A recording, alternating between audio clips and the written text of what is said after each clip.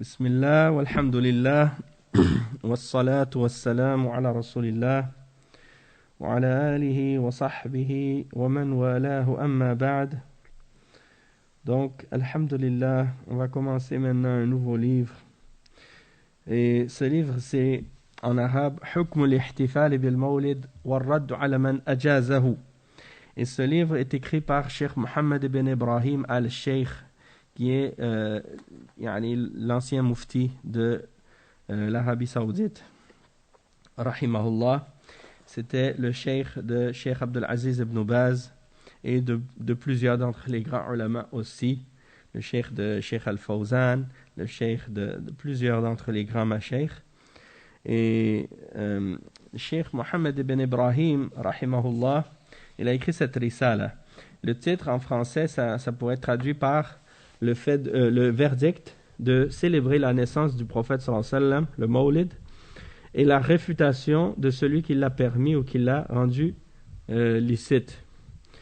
Et ici, le cheikh, il explique que donc dans ce livre, les arguments que certains peuvent essayer de ramener pour essayer de justifier ou de permettre la célébration du Mawlid, et il le réfute. Donc c'est un livre de réfutation. Puis en même temps, il y a le sharh de Cheikh Mustafa ibn Muhammad Mubrim dans ce livre aussi, qui clarifie encore plus les détails de ce sujet. Et le sharh, il a été fait par le Cheikh Mustafa Mubrim, hafidahullah, pendant le séminaire qui a eu lieu au Sénégal. C'est un séminaire en ligne, mais qui était organisé par les frères du Sénégal, pour les frères au Sénégal. Et c'était Dawratul Imam Malik al-Salafiyya. Donc c'était la 5e version de ce séminaire. Donc qu'est-ce qu'on va faire? On va lire ce sharh. Il est en 3 parties. Il y a 3 parties à ce sharh. Et on va essayer de compléter aujourd'hui la 3e partie. Donc, qu'est-ce que je vais faire? Contrairement à ce que je fais d'habitude, j'ai l'habitude de lire le texte puis de traduire en arabe, de traduire l'arabe après. Cette fois-ci, je vais peut-être essayer de faire sauver du temps en lisant la traduction directement, c'est-à-dire en traduisant directement le texte en français dans certains passages, sauf les textes, bien entendu, du Coran et de la Sunna. Et s'il y a des citations ou des choses importantes, dans ce cas-là, oui, je vais les lire en arabe. Mais le texte lui-même, je vais essayer des fois de sauter en allant directement au français dans certains passages. Donc, l'enregistrement de ces cours-là a été fait dans l'audio sur le site de la radio Mirath al-Anbiya. Et ils ont été retranscrits par écrit par la suite, et c'est sous format PDF. Et donc c'est le livre du cheikh Mohammed ibn Ibrahim, expliqué par le cheikh Mustafa Mubrim, hafidahullah, pendant la Dawra Salafiyya au Sénégal. Jazakallahu khairan akhi. Donc, le cheikh, il commence Bismillahir Rahmanir Rahim, Alhamdulillah Rabbil Alamin, wassalatu wassalamu ala ashrafil mursalin, ashrafil anbiya'i wal mursalin, nabina Muhammad, wa ala alihi wa sahbihi, wa sallama tasliman kathira, ila yawmiddin, amma ba'd. Donc, il dit, donc, on a organisé donc ce cours pour expliquer le livre du cheikh, l'ancien mufti du royaume de l'Arabie Saoudite, Cheikh Mohammed ibn Ibrahim, rahimahullah, et avec des commentaires sur cette risala pour cet événement qui est le séminaire au Sénégal. Et les gens qui ont établi ou qui ont organisé ce séminaire m'ont demandé donc de faire des commentaires sur cette risala qui est reliée à ce sujet, c'est-à-dire le Mawlid Nabawi.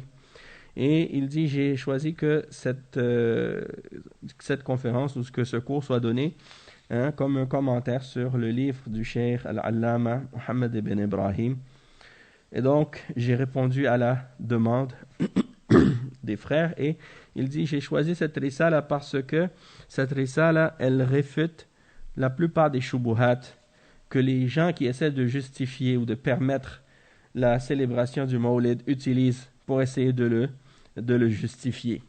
Hein?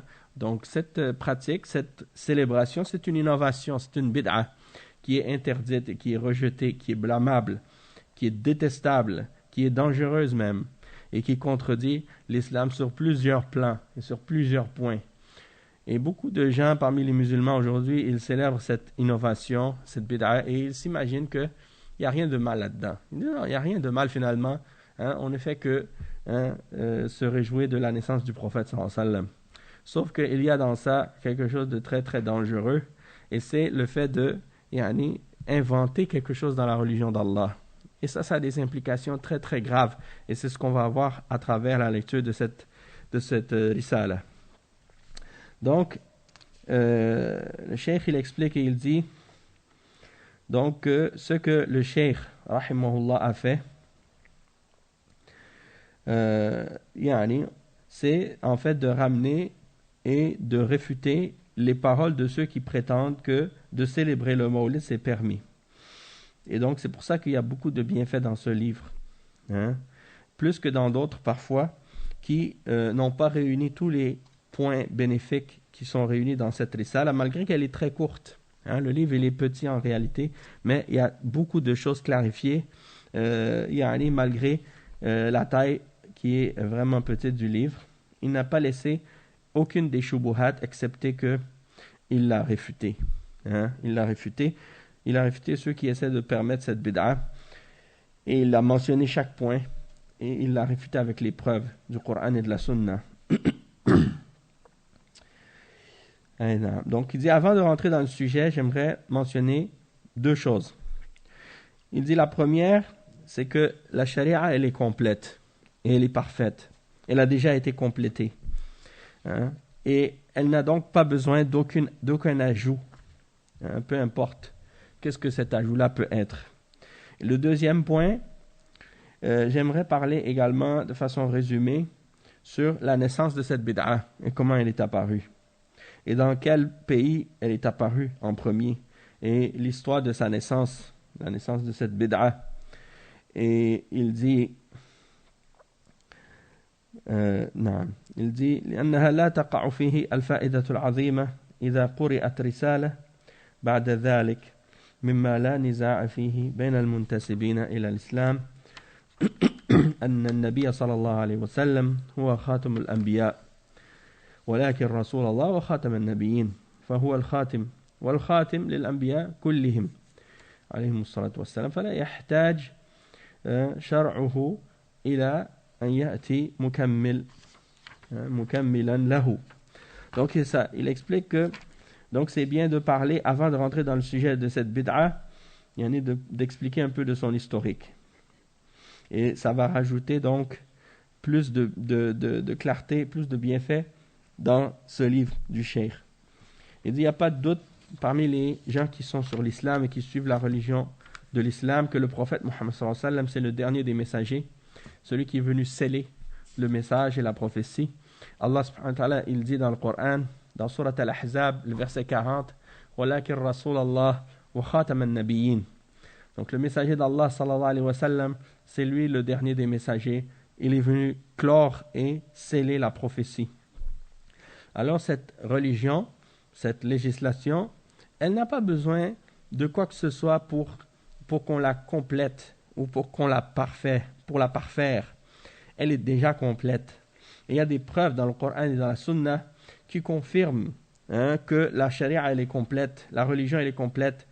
Et également dans les paroles des salaf, des sahaba et ceux qui les ont suivis dans leur exemple, il y a des preuves à ce sujet-là.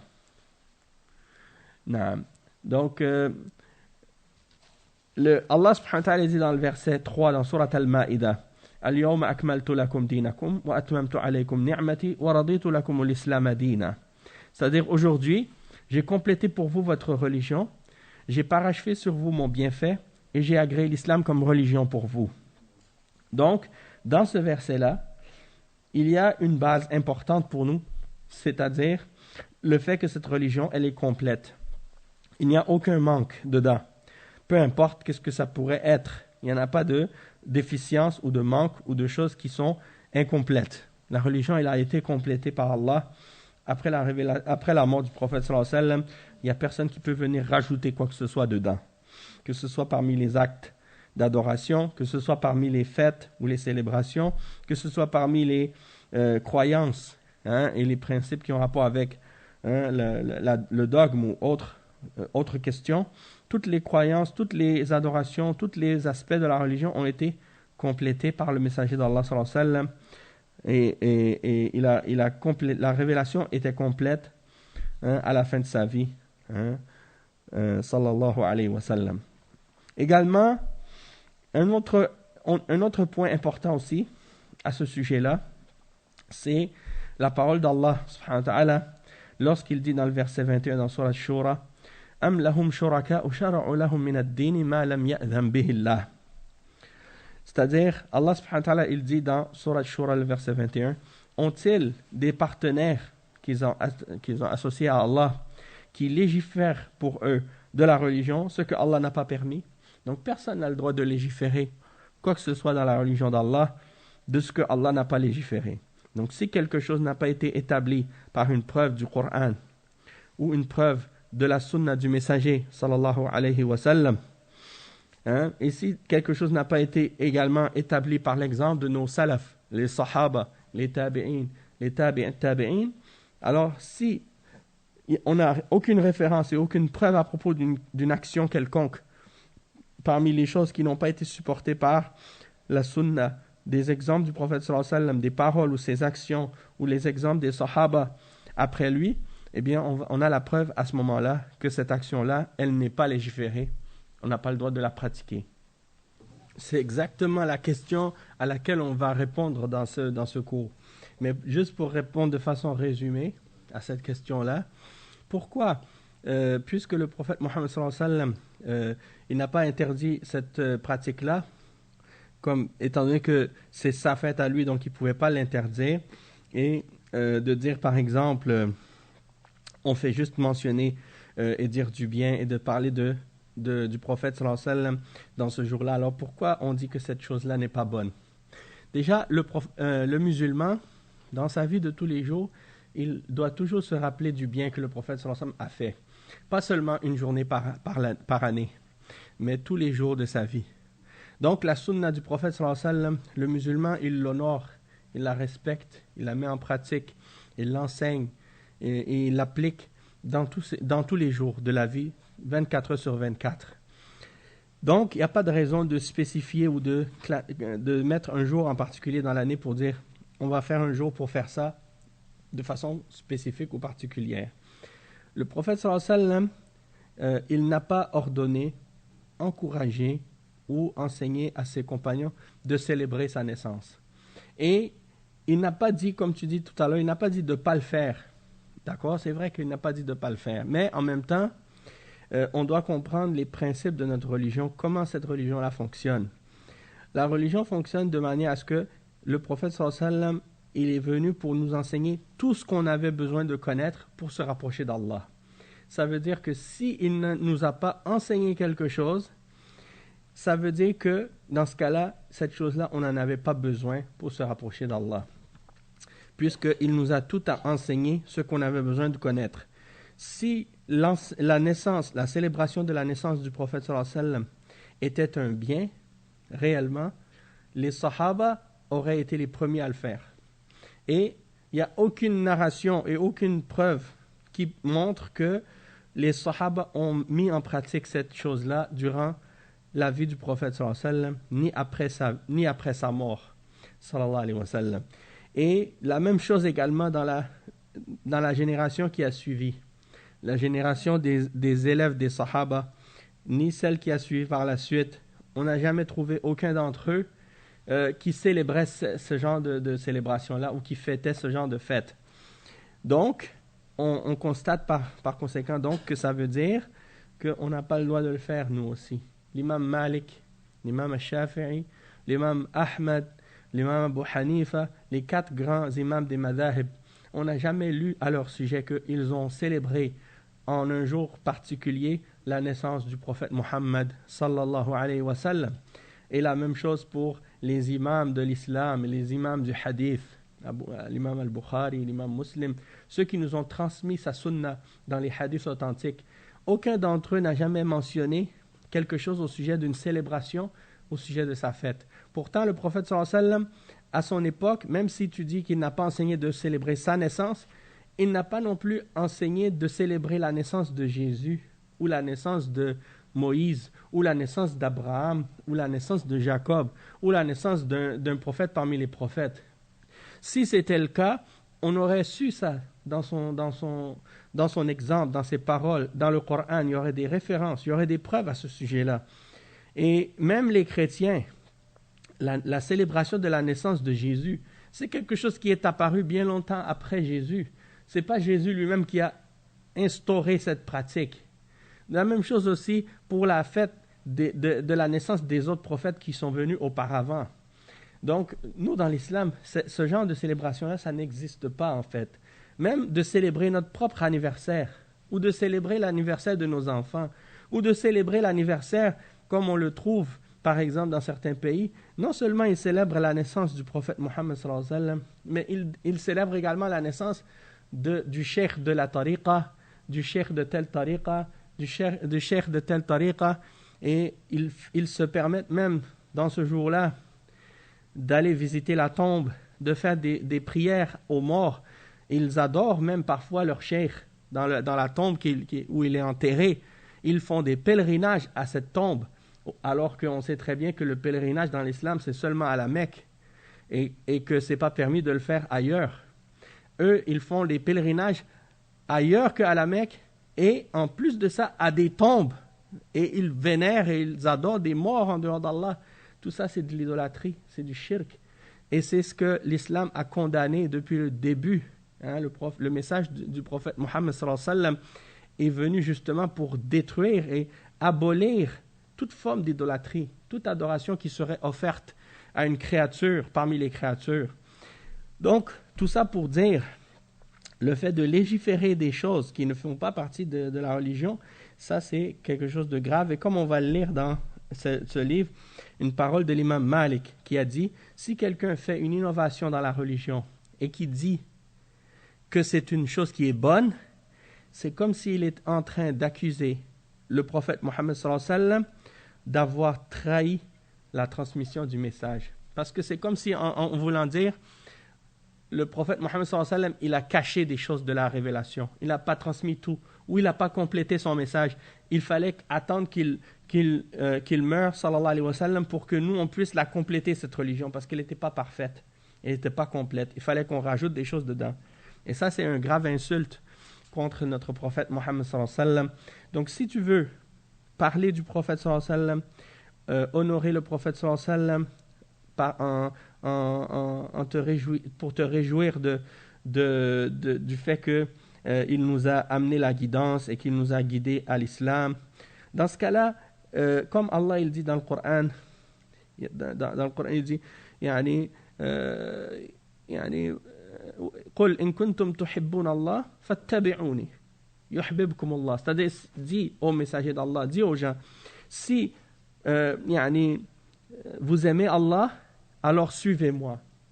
Donc la façon par laquelle tu vas établir la preuve que tu aimes vraiment Allah, et que tu aimes vraiment le messager, c'est pas en inventant des choses dans la religion ou en faisant des innovations, mais plutôt c'est en suivant l'exemple du prophète Mohammed sallallahu alayhi wa sallam dans qu'est-ce qui a déjà été révélé et qu'est-ce qui est établi par les preuves.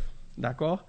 Donc ça, c'est de façon résumée, si on veut, le principe qui est derrière. Mais sinon, il y a plein d'explications et c'est ça ce qu'on veut expliquer maintenant dans ce livre. Donc, je vais continuer l'explication. Tu voulais dire quelque chose, Mohammed? Oui, c'est ça. Et puis, il y a d'autres occasions dans lesquelles on peut se réunir. Il y a l'Aïd, Aïd al-Adha, Aïd al-Fitr.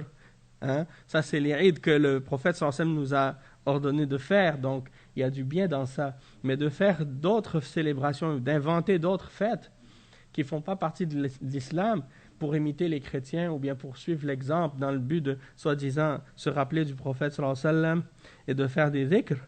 Mais ça, on le fait tous les jours. Donc, pourquoi spécifier ce jour-là en particulier?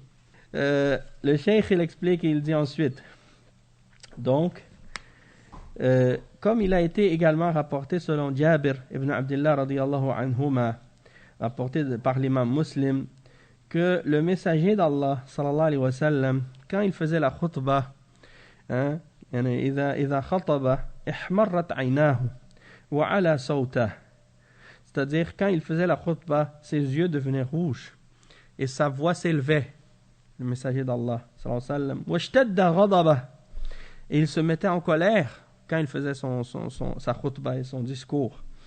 حتى كأنه منذر جيش يقول صبحكم ومساكم, c'est-à-dire il parlait comme s'il était en train d'avertir une armée, hein, comme s'il s'adresse à une armée, c'est-à-dire il parlait avec beaucoup d'intensité, beaucoup d'éloquence, beaucoup d'émotion, hein, et il disait بعثت أنا والساعة كهاتين, j'ai été envoyé moi, hein, par rapport à l'heure comme ces deux doigts, c'est-à-dire l'espace que vous voyez entre les deux, hein, si vous comparez la longueur, qu'est-ce qui reste entre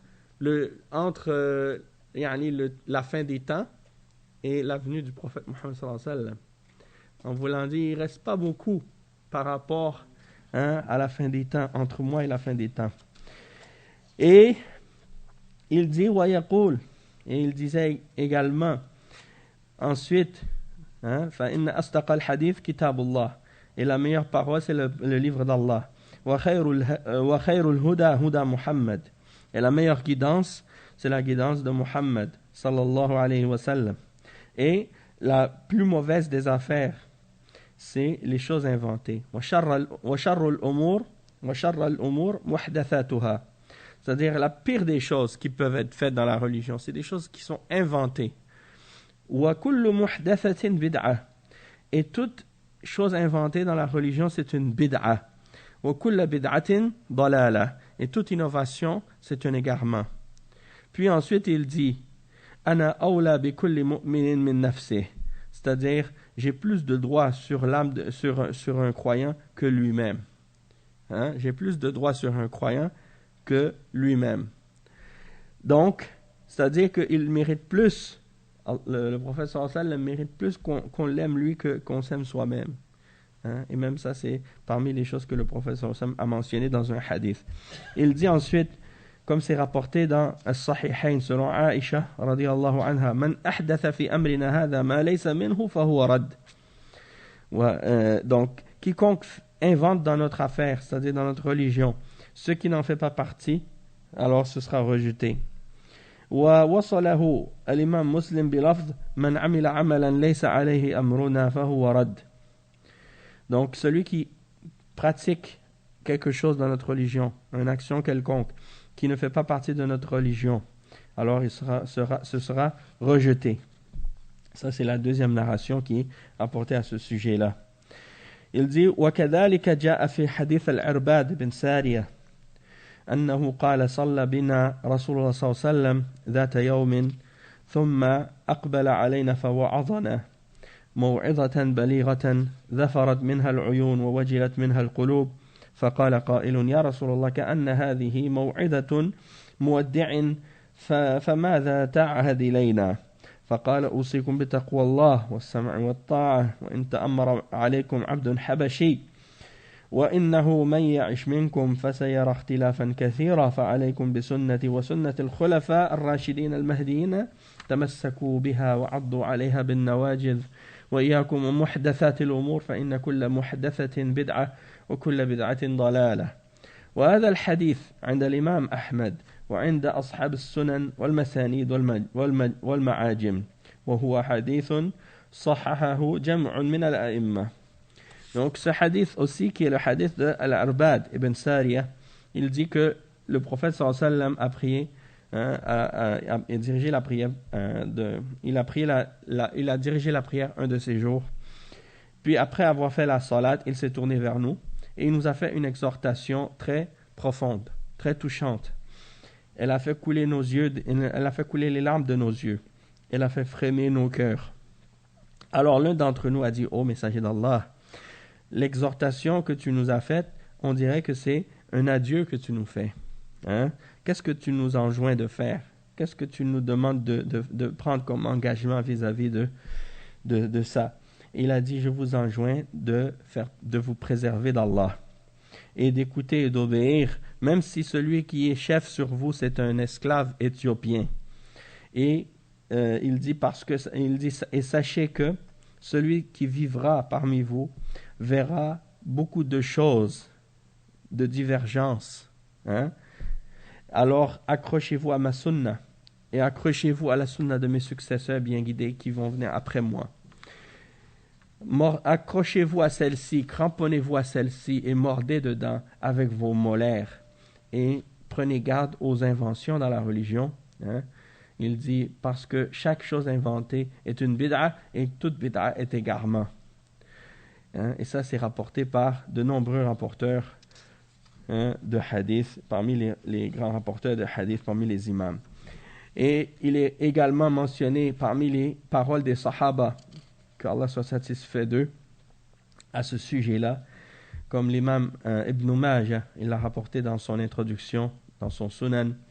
Selon Ibn Mas'ud radiyallahu anhu, قال إنما هما اثنتان الكلام والهدي فأحسن الكلام كلام الله وأحسن الهدي هدي محمد صلى الله عليه وسلم ألا وإياكم محدثات الأمور فإن شر الأمور محدثاتها وكل محدثة بدعة وكل بدعة ضلالة. Donc ici, il y a des paroles, comme la parole des sahaba à ce sujet-là, il y en a de nombreuses. Et Ibn Majah, dans son sunan, il rapporte, dans l'introduction du sunan de Ibn Majah, une parole selon Abdullah ibn Mas'ud, qui dit, il y a deux choses, la parole et la guidance. La parole, c'est la parole d'Allah. Et la meilleure guidance, c'est la guidance de Muhammad, sallallahu alayhi wa sallam. Et il dit, et faites attention, et prenez garde aux choses inventées, car la pire des choses, ce sont les choses inventées dans la religion. Et toute chose inventée est une bid'a dans la religion, et toute bid'a est égarement. Et Ibn Mas'ud, également, il disait, كان يقول اتبعوا ولا تبتدعوا فقد كفيتم. وهكذا جاء عن عبد الله بن عباس رضي الله عنهما قال ما أتى على الناس عام إلا أحدثوا فيه بدعة وأماتوا فيه سنة حتى تحيا البدع وتموت السنن. Donc Ibn Mas'ud, il disait également, suivez et n'innovez pas, ne faites pas de bid'a, parce que faqad kufitum, c'est-à-dire vous avez reçu ce qui est suffisant pour vous. Donc vous n'avez pas besoin d'ajouter ou de faire d'innovation. Et Abdullah ibn Abbas, radiyallahu anhuma, il dit, ça a été rapporté, qu'il a dit, il n'y a pas une année qui va venir, excepté que les gens vont inventer dedans des innovations. Et ils vont faire mourir une sunna. Alors, il dit, ça va arriver jusqu'à ce que la bid'a va être revivifiée. Les gens vont faire vivre la bid'a et vont faire mourir les sunan. Donc, les gens, quand ils font des bid'a, des fois, ils ne s'imaginent pas qu'est-ce qu'ils sont en train de faire. Ils disent, on ne fait rien de mal. Hein? Déjà, la religion, elle est tellement grande, il y a tellement de grand nombre de choses à mettre en pratique dans la religion, de qu'est-ce qui est légiféré. Il n'y a même pas de place pour que quelqu'un se permette de venir rajouter des choses qui ne sont pas légiférées à pratiquer. Déjà, qu'est-ce qui est légiféré, tu ne l'as même pas fait au complet. Comment tu peux te permettre de laisser ce qui est légiféré pour inventer des choses? Ça veut dire que si tu commences à faire des innovations, eh bien, ça va t'amener petit à petit à délaisser complètement ce qui a été légiféré. Et à négliger complètement la sunna par la suite. Donc, le cheikh dit ensuite que toutes ces narrations sont connues, sont célèbres. Et elles sont connues parmi les hommes de science et parmi les gens de l'islam, parmi les musulmans. Et il n'y a rien de ça qui est caché ou qui est inconnu des gens. il dit ولا يخفى أيضا ما وقع في مسجد الكوفة في عهد ابن مسعود رضي الله عنه. Il dit également, les gens savent qu'est-ce qui est arrivé dans la mosquée de Koufa en Irak à l'époque de Abdullah ibn Mas'ud radiyallahu anhu, lorsque des gens se sont mis en cercle et dans chaque cercle il y avait quelqu'un qui était à la tête et qui ordonnait aux gens de faire le tasbih. Il disait dites subhanallah 100 fois et les gens commençaient à calculer avec les cailloux. Ils commençaient à dire subhanallah 100 fois et après d'autres qui disaient dites Allahu Akbar 100 fois. Alors ils commençaient à compter. Dans chaque cercle, ils commençaient à compter 100 fois. Et ils disaient Hallilu mi'a. Dites La ilaha illallah 100 fois. Et là, ils le faisaient. Alors, quand Abu Musa al-Ash'ari a vu ça, il est allé voir Ibn Mas'ud radiyallahu anhu. Il lui a dit viens voir qu'est-ce qui se passe. Et Abdullah ibn Mas'ud a dit pourquoi tu leur as pas interdit? Il a dit je voulais que tu vois toi en premier. Abu Abdurrahman.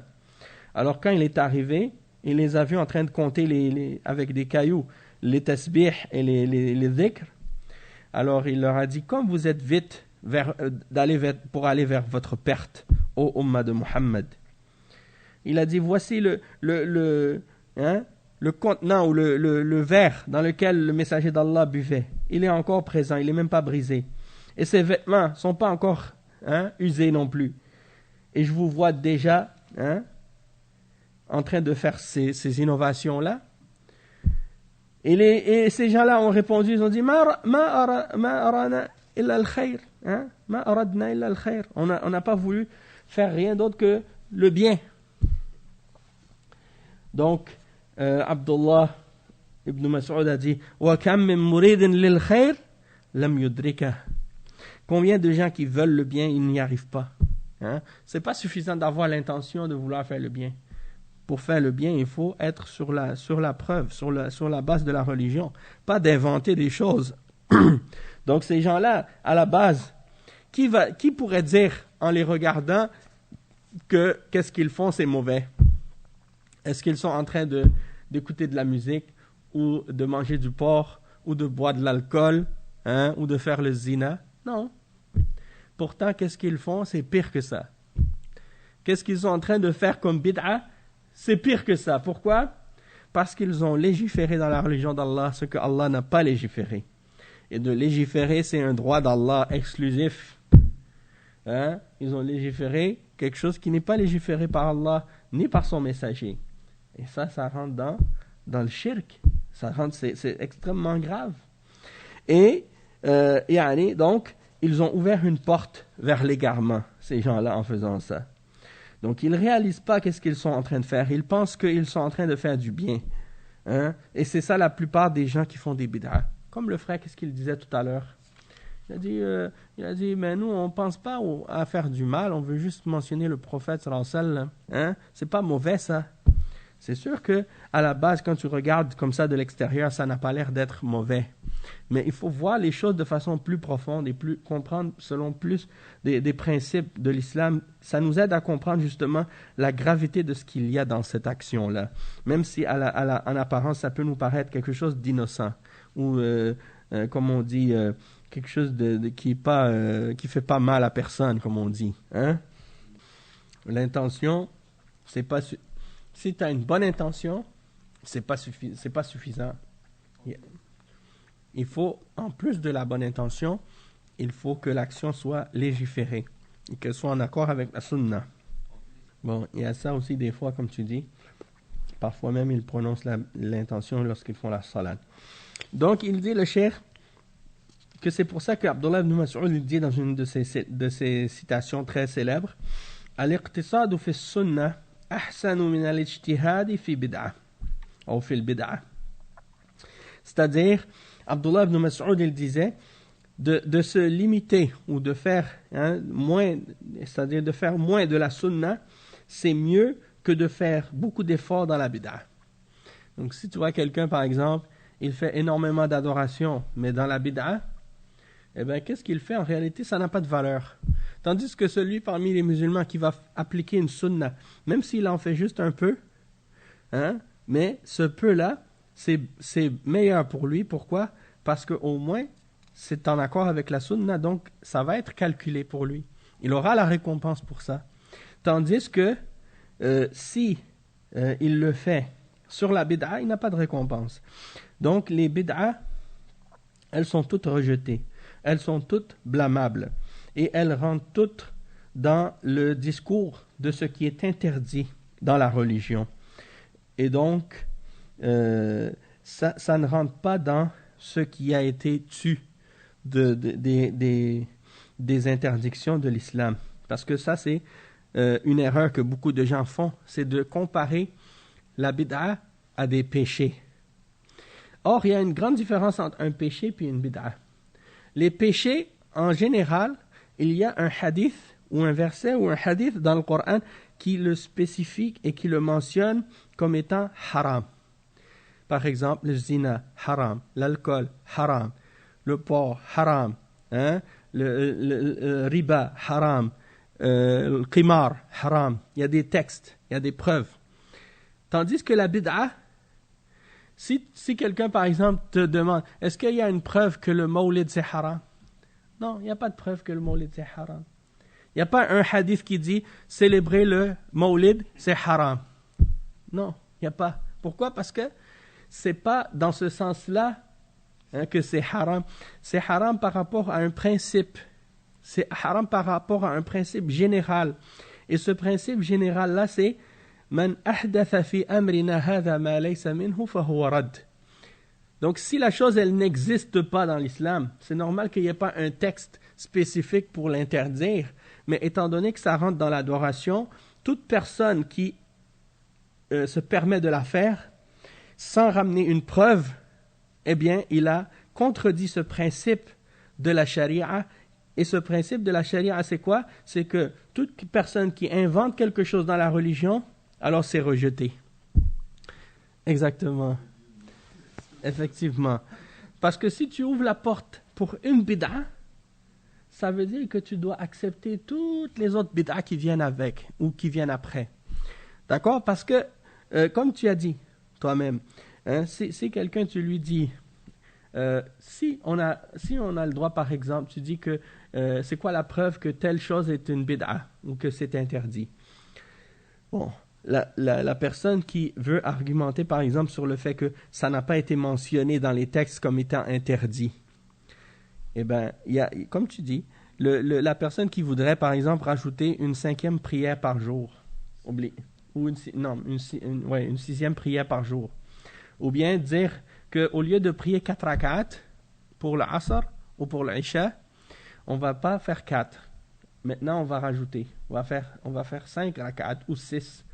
Pourquoi? Parce que, soi-disant, à l'époque du prophète sallallahu alayhi wa sallam, les gens étaient croyants, étaient pieux, ils étaient proches d'Allah, donc ils n'avaient pas besoin de faire plus. Mais nous, à notre époque, on est devenus faibles, on fait beaucoup de péchés, on a besoin de plus de foi, donc on va rajouter le nombre de rak'at.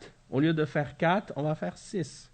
Ou on va faire 5, ou d'autres qui voudraient peut-être ramener le sens contraire. Ils vont dire, à l'époque du prophète sallallahu alayhi wa sallam, il y avait beaucoup de temps, les gens n'étaient pas pressés, la vie n'était pas stressante. Aujourd'hui, on est dans une vie moderne, on n'a pas beaucoup de temps, donc qu'est-ce qu'il faut faire? Au lieu de faire 5 prières par jour, on va juste faire 3.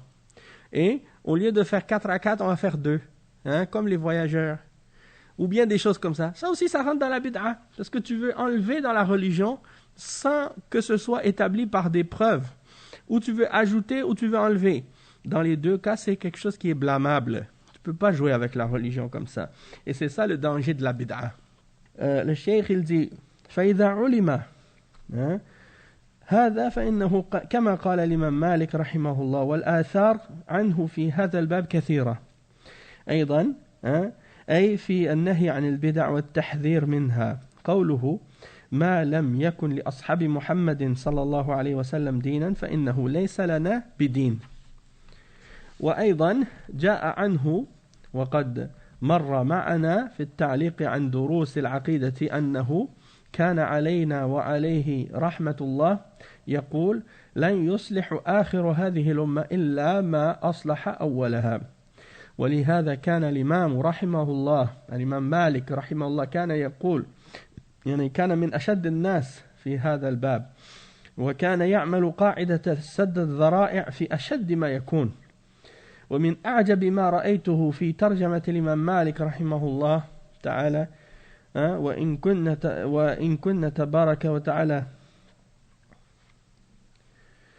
نعم لا أذكر الآن من أخرج هذا الأثر لكنه أثر على كل حال مشهور أن عبد الرحمن بن مهدي ما دخل المسجد النبوي يعني ووضع رداءه أمام المصلين يعني أمامه وهو يصلي فرآه الإمام مالك رحمه الله يعني رمقه فلما رآه الإمام مالك رحمه الله رمقه ونظر إليه فلما قضى صلاته قال مالك رحمه الله تعالى من ها هنا من الحراس فقيل له فلان وفلان فأمر به فسجن يعني بعبد الرحمن بن مهدي سبحان الله. فلما علم بأنه عبد الرحمن بن مهدي وجيء إلى الإمام مالك وجيء به ووقف عليه فسأله فاعتذر إلى الإمام مالك بأنه قد ثقل عليه رداءه وأن الحر كان شديدا فعذره الإمام مالك رحمه الله بعد أن نهاه عن الإحداث وأن هذا الأمر لم يكن معروفا في هذا المسجد وأنه قد أحدث في مسجد رسول الله صلى الله عليه وسلم شيئا لم يكن معروفا. وعلى كل حال هذا الأمر كما قلت لكم أمر معلوم لا يخفى على من له عناية بطلب العلم.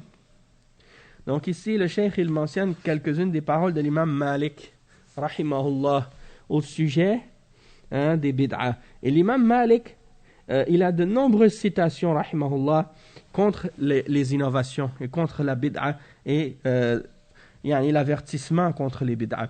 Malgré que tu trouves beaucoup de gens qui se disent aujourd'hui maliki, prétendent être malikites, et tu les vois, Allah al-Musta'an, faire ces bid'ah. Et même dernièrement, je me rappelle, il y a un individu comme ça sur Twitter qui utilisait cet argument-là, en voulant dire, non, il y a des divergences sur le Mawlid, et moi je suis maliki, et les malikis, soi-disant, ils font ça.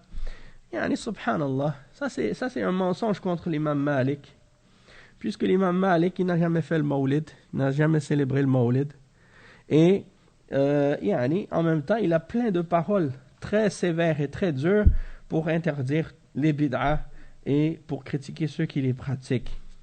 Et parmi les paroles de l'imam Malik à ce sujet-là, il disait, rahimahullah, ceux qui n'étaient pas de la religion de Muhammad sallallahu alayhi wa sallam, c'est ça, ceux qui ne faisaient pas partie de la religion des compagnons de Muhammad sallallahu alayhi wa sallam, alors ce n'est pas de notre religion à nous. C'est-à-dire que si les sahaba ils ne faisaient pas quelque chose, ils ne pratiquaient pas quelque chose comme étant de la religion, alors nous aujourd'hui on n'a pas le droit de dire que ça fait partie de la religion. Et si on prend comme exemple le Mawlid, eh bien par conséquent on n'a pas le droit de prétendre que le Mawlid fait partie de la religion puisque ça n'existait pas à l'époque des sahaba. Également un autre exemple de l'imam Malik, une parole célèbre, il disait لن يصلح آخر هذه الأمة إلا ما أصلح أولها. C'est-à-dire que il n'y a rien qui va pouvoir réformer les derniers de cette umma excepté si c'est ce qui a réformé les premiers. Donc ce qui a été utilisé pour réformer les premiers de cette umma, c'est seulement ça qui peut réformer les derniers, rien d'autre. En voulant dire qu'il n'y a rien qui doit être innové dans la religion d'Allah. Et l'imam Malik était parmi les plus sévères et les plus durs dans ce domaine-là, et dans le fait d'appliquer la règle justement de fermer la porte à tout ce qui peut amener à un péché ou à une innovation. Il dit, parmi les choses les plus étonnantes que j'ai trouvées dans la biographie de l'imam Malik, il dit, je ne me rappelle plus qui l'a rapporté maintenant, mais c'est une parole très célèbre. C'est à propos de l'imam Abdurrahman ibn Mahdi, lorsqu'il est venu à la mosquée du prophète sallallahu alayhi wa sallam.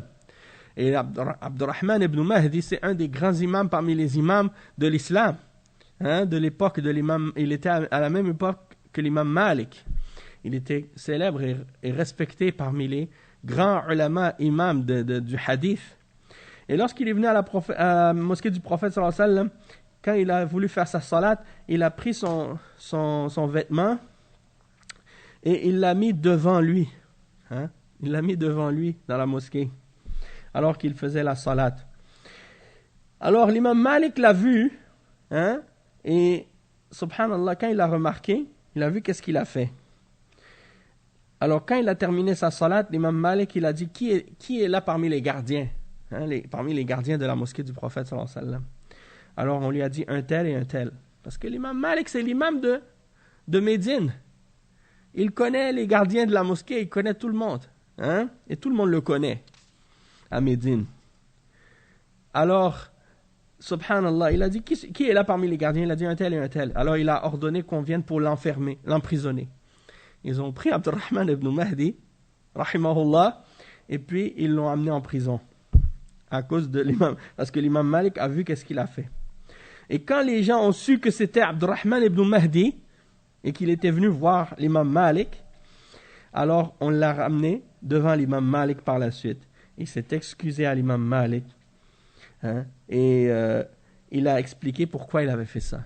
Il a dit que son rida, son vêtement était devenu lourd sur lui, et surtout avec la chaleur et tout, donc il l'avait retiré pour le mettre devant lui.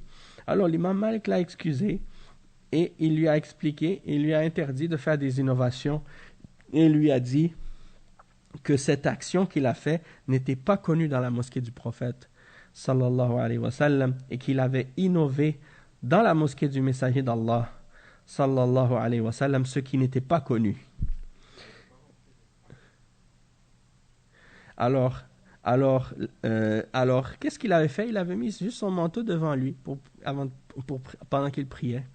C'est quelque chose qui n'était pas connu dans la mosquée du prophète sallallahu alayhi wa sallam. Les gens ne faisaient pas ça. Donc il l'a critiqué, il l'a arrêté pour ça, sans savoir que c'était l'imam Abdurrahman ibn Mahdi.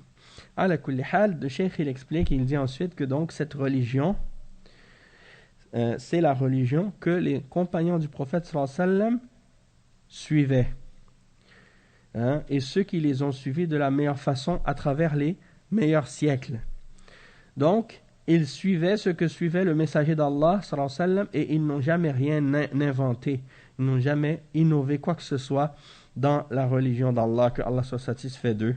Et donc toute bid'a qui est apparue, ou toute chose contradictoire à la sunna, ils se sont mis debout pour l'arrêter, et pour les réfuter, et pour blâmer les gens qui les faisaient ou qui les disaient. Et donc ça c'est un domaine, une question qui est très vaste.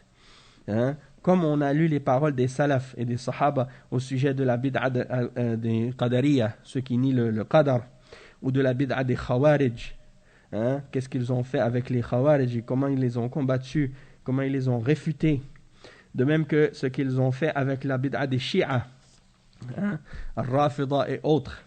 Il y a beaucoup de paroles des sahaba à ce sujet-là, et beaucoup d'autres pratiques parmi les pratiques innovées que les sahaba avaient réfuté à leur époque.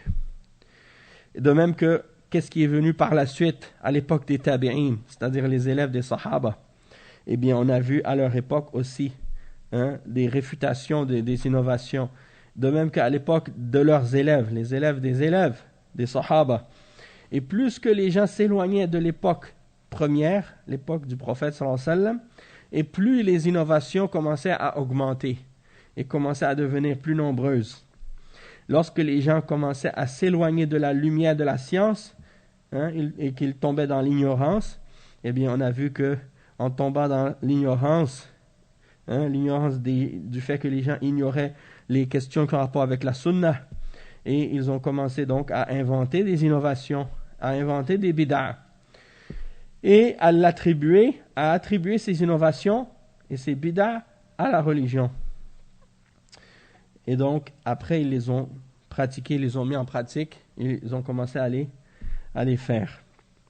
Et ils ont continué comme ça dans plusieurs questions de la religion, apparentes et cachées.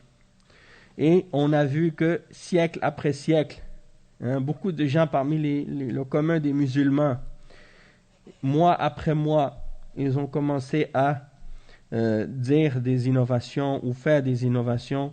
Parmi les différents jours de l'année, les gens commencent à inventer des innovations et des bid'ah. Soit que ces choses-là sont reliées avec le début de la vie d'une personne, comme par exemple lors de sa naissance, ou reliées avec sa mort lorsqu'il meurt, sans même parler de d'autres catégories de bid'ah que les gens font pendant la vie de façon générale, ou lors de la mort des gens. Parmi les choses innovées, il y en a qui sont innombrables. Et il dit, donc c'est ça, parmi les choses que leurs imams et leurs chouyours ont inventées dans la religion. Tu regardes dans certains pays musulmans, qu'est-ce que les musulmans font par exemple, qu'est-ce qu'ils font lorsque quelqu'un naît, lorsqu'un bébé naît, qu'est-ce qu'ils font comme pratique? Et est-ce que c'est en accord avec la sunna? Tu vois qu'il y a beaucoup de bid'ah. Et quand tu regardes la mort de quelqu'un, lorsque quelqu'un décède, toutes les innovations et les bid'ah que les gens pratiquent dans ces événements-là, c'est étonnant à quel point c'est grave. Et donc, si on comprend ce principe-là, eh bien, on sait que c'est une question qui est très, très importante à comprendre et très grave. Donc, pour aujourd'hui, on va s'arrêter ici, Inch'Allah. En ce qui concerne la suite, on va la refaire, Inch'Allah. Je vais essayer de faire pendant quelques jours, là, je vais faire tous les jours une partie de cette risala, Inch'Allah, pour la compléter. Et puis à la fin, ce sera une série de cours spécifiquement donc sur le Mawlid. Et je pense que c'est nécessaire parce que j'ai jamais fait de cours seulement sur le Mawlid.